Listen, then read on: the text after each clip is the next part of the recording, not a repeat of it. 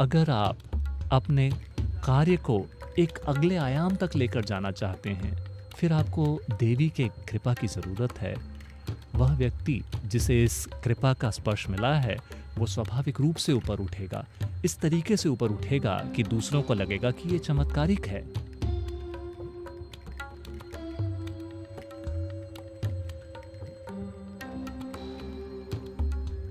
स्त्री गुण की पूजा का क्या महत्व है? एक महत्वपूर्ण चीज जो आपको समझनी चाहिए वो ये है कि स्त्री गुण एक लिंग नहीं है, ये एक आयाम है। अगर मैं कहता हूं स्त्री गुण, तो आप हमेशा किसी लिंग के बारे में सोचते हैं। नहीं, ये एक लिंग नहीं है, ये जीवन का एक आयाम है। जीवन के इस आयाम का महत्व ये है कि इस आयाम से रिस्पॉन्स प्राप्त करना आसान है दूसरे आयाम के मुकाबले, जिसे हम पुरुष गुण मानते हैं, क्योंकि इसे अलग तरीके से डिजाइन किया गया है। ये इस बारे में नहीं है कि कौन किससे बेहतर है, ऐसी कोई चीज नहीं होती, ये बस अलग है। एक मूर्ख एक वाद विवाद शुरू कर सकता है कि कौन किससे बेहतर है। ये कुछ ऐसा है मानो धरती बेहतर है या आसमान बेहतर है। तो स्त्री गुण एक आयाम है, ये कोई लिंग नहीं है। इसके बड़े ही शानदार उदाहरण हैं। एक ज़्यादा आधुनिक उदाहरण होंगे रामानुजम। आप सब ने उनके बारे में सुना होगा, उनके बारे में एक फिल्म बनी थी कुछ साल पहले कि कैसे रामानुजम से गणित बहकर निकलता था। बहुत ही जटिल गणित, गणित के सूत्र इस हद तक कि 20वीं शताब्दी की शुरुआत में, जब ब्लैक होल्स का कोई कॉन्सेप्ट ही मौजूद नहीं था, एक तरह से उन्होंने एक ऐसा गणित बनाया जो ब्लैक होल्स का विवरण करता था।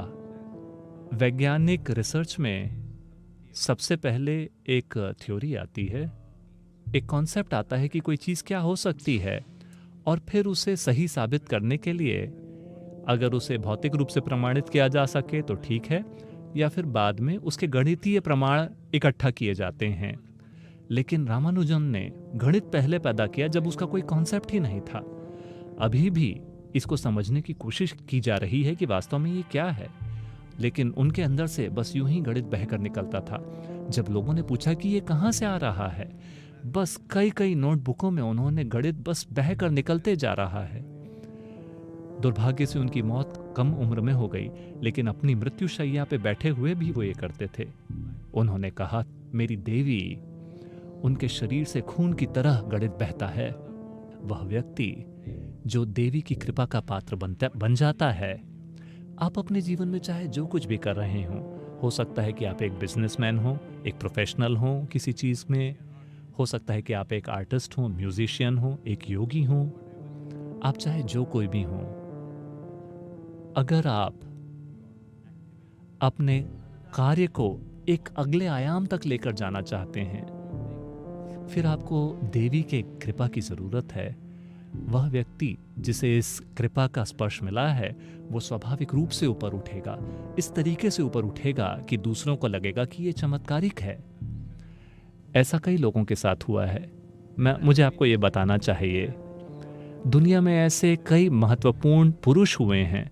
मैं उनका भी नाम नहीं लेना चाहूँगा क्योंकि ये राजनीतिक रूप से संवेदनशील होगा। पिछले 200 सालों में ऐसे महत्वपूर्ण पुरुष हुए हैं जिनका पोषण किया गया था उनकी माँओं के द्वारा, और कहीं ना कहीं उनके बोध में उनकी माँ एक देवी की तरह ही रहीं। वो उससे नीचे उतरकर एक प्यार भरी माँ नहीं बनी, वो एक देवी ही रहीं जो हमेशा अपने बेटे के साथ कठोर थीं। ऐसे कई पुरुष हैं पिछले 200 सालों में दुनिया में, जो उन्होंने अपने जीवन में जो कुछ भी वो कर रहे थे उसमें वो बहुत ऊंचाइयों तक गए, क्योंकि किसी न किसी तरीके से वो स्त्री गुण की पूजा कर रहे थे। अगर आप दुनिया में खुद को अभिव्यक्त करना चाहते हैं तो आपको देवी की कृपा की जरूरत है। आप इसे एक मंत्र का जाप करके करते हैं, आप इसे किसी मंदिर में जाकर करते हैं, या आप इसे अपने भीतर उस आयाम की मौजूदगी को पहचान कर करते हैं, या आप किसी चीज को देख कर करते हैं जो स्त्री गुण की है, या बस यूं ही प्रकृति में रहकर करते हैं, इससे कोई फर्क नहीं पड़ता कि आप इसे कैसे करते हैं। लेकिन वो आयाम जिसे हम स्त्री गुण कहते हैं, जब वो आपके लिए उपलब्ध हो जाता है, फिर आपकी अभिव्यक्ति जबरदस्त रूप से विकसित हो जाएगी।